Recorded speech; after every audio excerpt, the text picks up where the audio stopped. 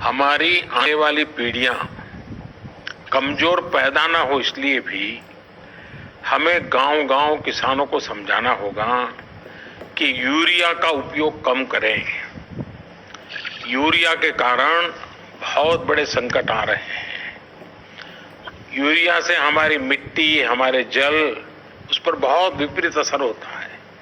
और इसलिए पल्लवी जी, आप जैसे प्रधान गांव वालों को समझाए कि भाई अब गांव में पहले अगर 10 थैली आता था यूरिया तो अब 5 थैली आएगा, पहले 100 थैली आता था तो 50 थैली आएगा, हम आधा कर देंगे।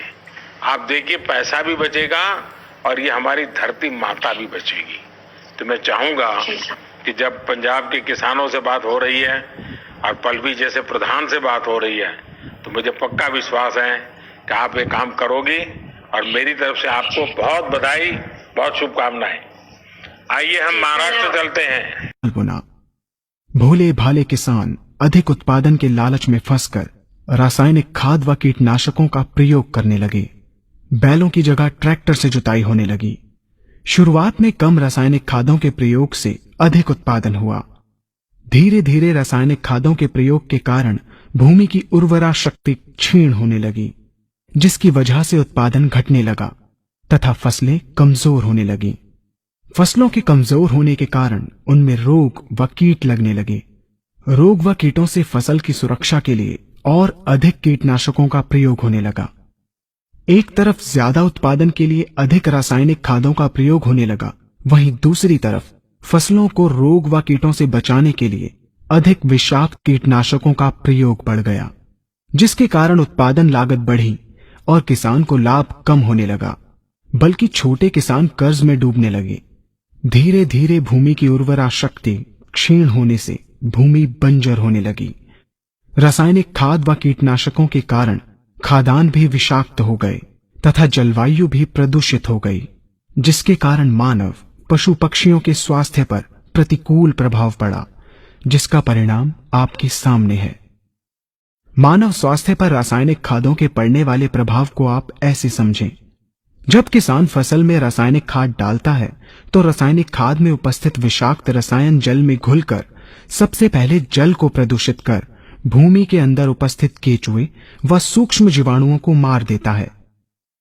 ये बात सभी किसान अच्छी तरह से जानते हैं कि केचुए व अन्य सूक्ष्म जीवाणु भूमि की उर्वरा शक्ति को बढ़ाने के लिए अति आवश्यक होते हैं। विषाक्त रसायन के कारण इनकी मृत्यु हो जाने से भूमि की उर्वरा शक्ति नष्ट हो जाती है तथा भूमि कठोर होकर बंजर होने लगती है। रासायनिक खादों के विषाक्त रसायन पानी के माध्यम से अन्य खनिजों के साथ फसल के अंदर पहुंचकर फसलों को विषाक्त बना देते हैं। बाद में जब खाद्यान्न के रूप में मनुष्य या अन्य पशु इन्हें खाते हैं तो ये विषाक्त रसायन मानव स्वास्थ्य पर बहुत ही बुरा प्रभाव डालते हैं तथा मनुष्य के अंदर तरह तरह के रोग उत्पन्न करते हैं। जब हम जैविक खाद का प्रयोग भूमि पर करते हैं तो जैविक खाद पानी में मिलकर पानी को प्रदूषित नहीं करती। जैविक खाद भूमि के अंदर उपस्थित उर्वरा शक्ति को बढ़ाने वाले जीवाणु तथा केचुओं की संख्या को तीव्रता से बढ़ाती है, जिससे भूमि की उर्वरा शक्ति बढ़ती है तथा भूमि छिद्र युक्त एवं भुरभुरी हो जाती है, जिससे वायु और प्रकाश भूमि के अंदर गहराई तक प्रवेश करते हैं, जिसके कारण भूमि में तापमान एवं आर्द्रता का संतुलन बना रहता है और फसलें मजबूत होती हैं। जैविक खाद में विद्यमान तत्व खाद्यान्न के माध्यम से मानव व पशु पक्षियों के शरीर में पहुंचकर स्वास्थ्य लाभ पहुंचाते हैं। जैविक खादों के प्रयोग से फसलें अच्छी और मजबूत होती हैं, जिसके कारण उन पर रोगों एवं कीटों का ज्यादा प्रभाव नहीं पड़ता। यदि किसी प्राकृतिक कारणवश कीटों व रोगों का प्रभाव अगर पड़ता भी है तो गौमूत्र एवं औषधीय वनस्पतियों के घोल के छिड़काव करने से फसलों को रोग एवं कीटों से बचाया जा सकता है।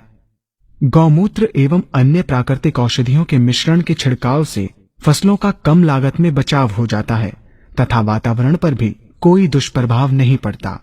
यहाँ हम